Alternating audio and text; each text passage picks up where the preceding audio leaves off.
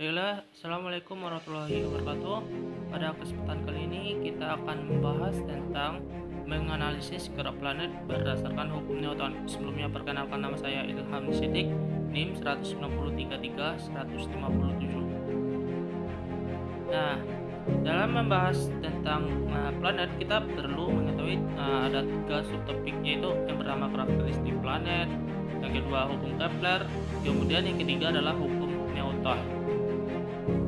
Nah, kita akan membahas tentang karakteristik planet. Nah, dalam tata surya ini ada 8 planet. Planet yang pertama yaitu Merkurius, kemudian Venus, kemudian Bumi, kemudian Mars, kemudian Jupiter, kemudian Saturnus, kemudian Uranus, dan yang terakhir adalah Neptunus. Nah, setiap planet di sini mempunyai garis radar. Garis radar itu disebut dengan orbit planet. Nah, di samping planet ada juga yang namanya dengan kita kenal sebagai asteroid, dan ada pula kita kenal dengan komet. Berikut adalah tabel karakteristik planet. Nah, pada tabel ini kita bisa mengetahui massa planet, kemudian periode revolusi planet, kemudian jari-jarinya, dan jarak terhadap matahari. Nah, di sini kita bisa mengetahui planet yang terbesar adalah Jupiter, kemudian planet yang terkecil adalah Merkurius. Nah, kemudian kita bisa mengetahui bahwa planet yang paling dekat dengan matahari adalah Merkurius dan paling jauh adalah Neptunus. Nah, kemudian kita akan mempelajari tentang hukum Kepler.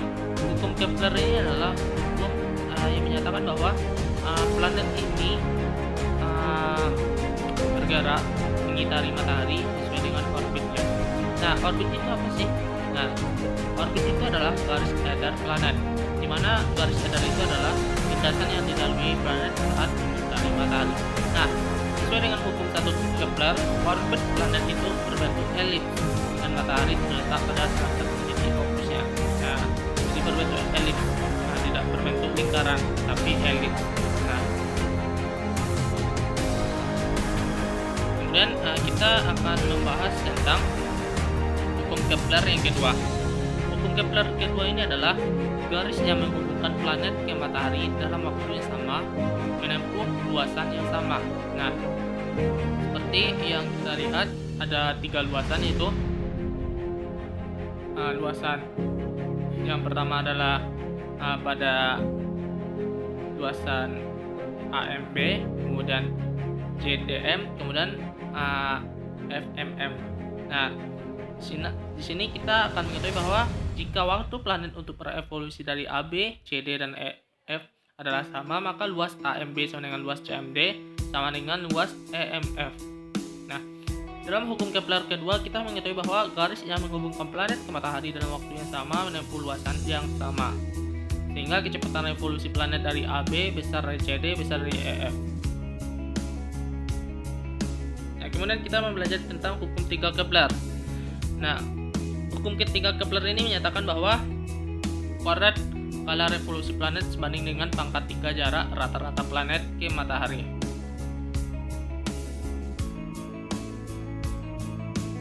Nah, dimana secara matematisnya kita mengetahui bahwa T1 kuadrat per T2 kuadrat sama dengan D1 kubik per D2 kubik.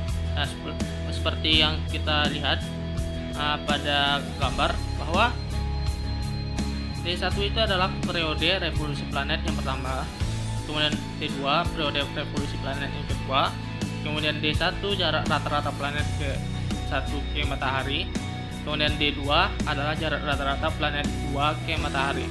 Nah, jadi di sini kita meninjau jaraknya terhadap matahari.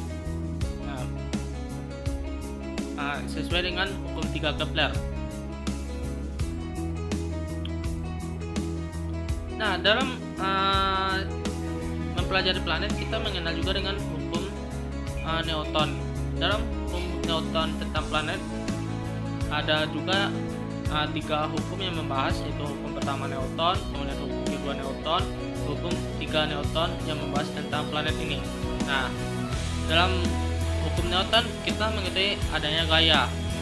Nah, di sini gaya antar planet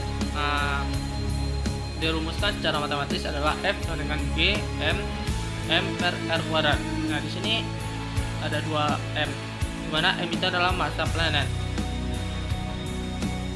sedangkan R adalah jarak antar kedua planet. Nah, berikut adalah tabel besarnya gaya gravitasi universal, di mana gaya gravitasi universal itu nilai adalah 6,67 kali 10 pangkat min 11 Newton meter kuadrat per kilogram kuadrat. Nah,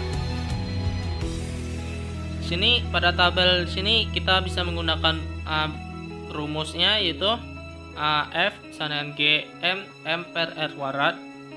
Nah, pada tabel sini kita bisa mengetahui berapa gaya tiap planet, begitu dari Merkurius sampai ke Neptunus.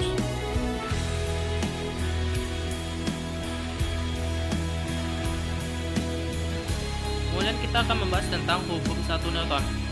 Nah, pada sebelumnya tentang hukum 1 Newton itu membahas tentang hukum kelembaban atau benda tersebut diam. Nah, itu adalah hukum 1 Newton.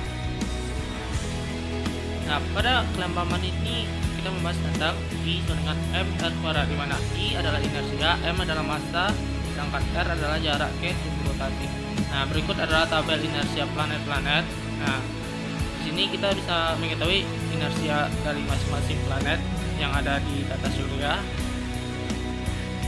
Nah, selanjutnya kita akan mengetahui bahwa planet yang mengitari matahari itu akan mengalami percepatan sentripetal, di mana percepatan sentripetal yang dialami planet itu adalah konstan. Nah, sesuai dengan hukum 2 Newton, itu hukum tentang gerak. Nah, berikut adalah tabel perbandingan planet lain dengan planet bumi. Nah, kita bisa mengetahui gimana perbandingan planet lain dengan planet bumi melalui tabel ini. Selanjutnya, hukum 2 Newton. Nah, dalam hukum 2 Newton kita mengenal persamaan F sama dengan M dikali A. Nah, kalau kita jabarkan A atau percepatan sentripetal adalah B kuadrat per R. Nah, kemudian kita jabarkan lagi dan akan kita peroleh rumusnya F sama dengan M 4P kuadrat R per T kuadrat.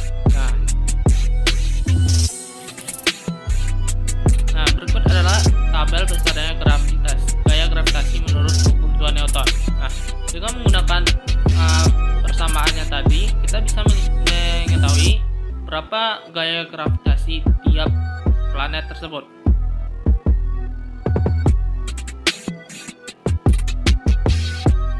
Nah, kemudian hukum ketiga Newton. Hukum ketiga Newton ini membahas tentang hukum aksi dan reaksi. Tentunya ketika kita melakukan aksi, adanya reaksi yang dilakukan oleh seseorang.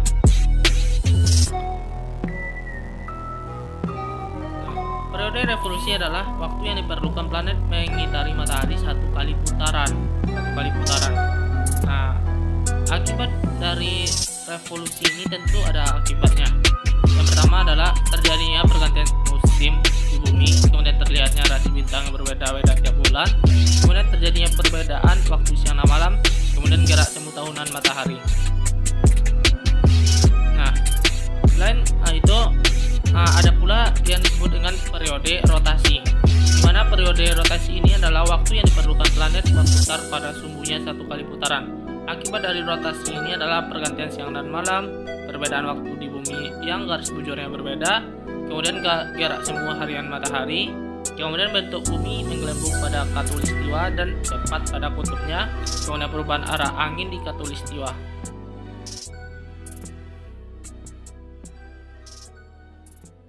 Nah, sekian yang dapat saya sampaikan, semoga bermanfaat. Wabillahi taufik wal hidayah. Wassalamualaikum warahmatullahi wabarakatuh.